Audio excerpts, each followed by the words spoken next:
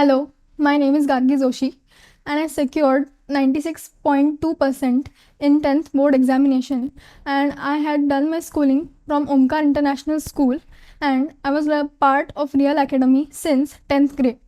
I would like to thank all teachers and non-teaching staff for guided me, encouraged me and motivating me from time to time. I would also especially thank the real teachers for guided me to score this expected result. I was consistent in my efforts and I never had backlogs. I tried my best to prevent backlogs. I cleared my doubts from time to time.